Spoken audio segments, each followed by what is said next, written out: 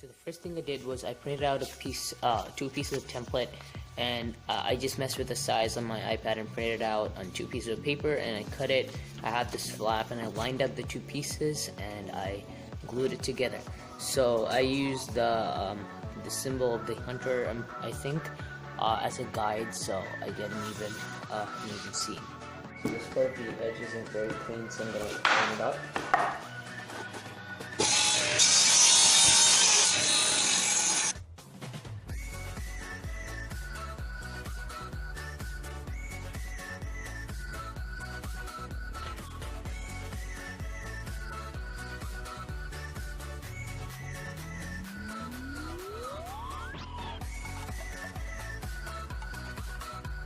Alright guys, so I flipped it and cross-cut it down to this piece, and as you can see, it pretty much fits the template exactly, and all I have to do is actually resaw it first so that it's thinner, and then I'll go with a coping saw and cut it out. Alright, so I have this glued onto this block, and now we can cut it out.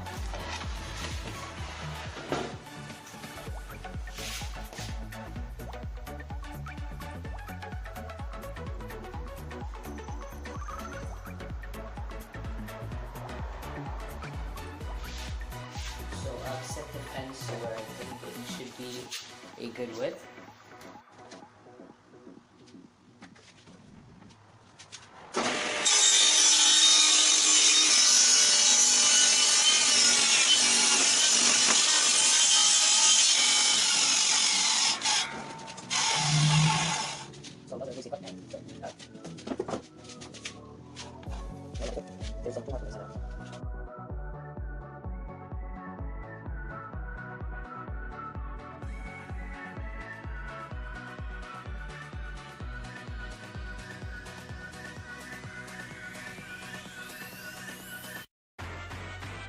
Alright, I've drilled out the holes, now let's cut it out.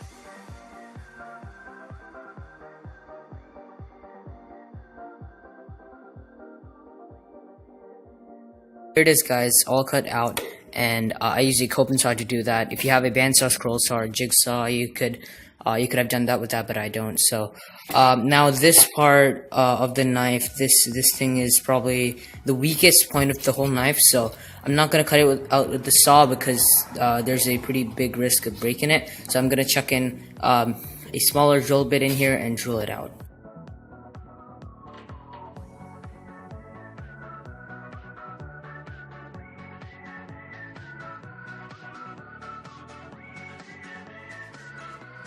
This doesn't look very good right now, but I'll clean it up with some files, and I'll cut out all the remaining pieces with the saw.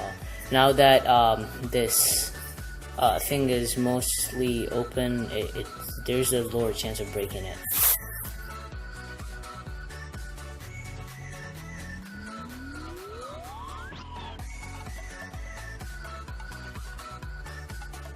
Sorry about the bad lighting, but now I'll try to make it better. And also, now that we got the rough shape cut out, all the holes drilled out, we can go at it with some sandpaper and some files and try to smooth it out.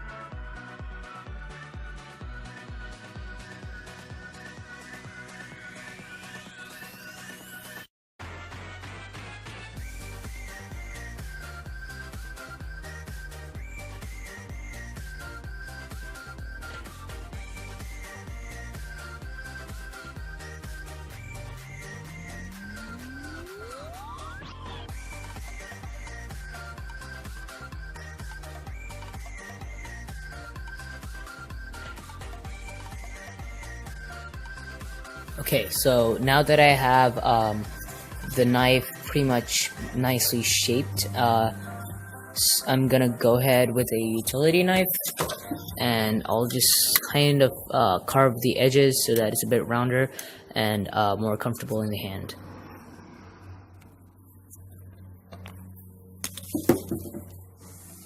Okay, so after a lot of shaping and sanding, it looks awesome. It's nice and smooth. There's the hook thing, and so you hold it like this, I'm pretty sure. So now I can't film it anymore because my other phone died, so I'm gonna use the knife to kind of shape the bevel, and then I'll show you what that looks like. Then I'll send it, and I'll show you what that looks like. So I finished carving the bevel on the knife, so it's approximately down to 1 point. So now I'm gonna go at it with sandpaper and see what I can make of it. So I've got the bevel down to a sharp point now, and it is really smooth and it looks amazing. So just like that. Feels amazing in the hand as well. So now if you look at a picture, this edge is actually chamfered. That is like the edge is at a 45-degree angle. So I'm gonna use my router. This is completely optional. You can do it if you have a router. If you don't, you can always do it by hand or sand it down. Otherwise, you can just let it be. I'm gonna do it just to be as accurate to the real thing as possible. Okay, so now I'm going to use my router with a chamfer bit. That cuts at 45 degrees. So I'm gonna basically chamfer the circle. So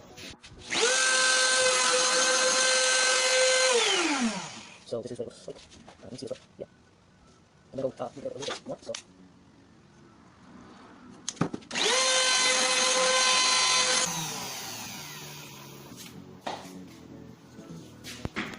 As you can see, that's a perfect chamfer on both sides.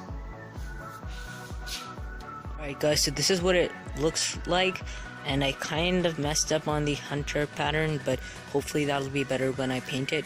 So there's the chamfered edge, and the other side. I didn't do it on the other side because it's really difficult. Yeah, it's all sanded and ready to paint, so I'll paint it and I'll show you what it looks like then, and then after that I'll probably also put a layer of polyurethane on it. So I just put a layer of finish on it and it's drying right now. But yeah, so it's fully painted and there's the hunter symbol, yeah, it's drying and I'm pretty happy with it.